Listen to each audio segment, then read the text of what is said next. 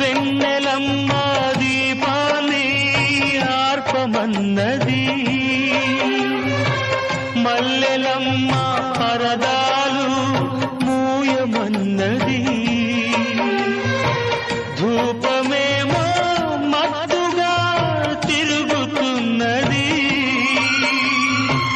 దీపమేమో విరగబడి నవ్వుతున్నది.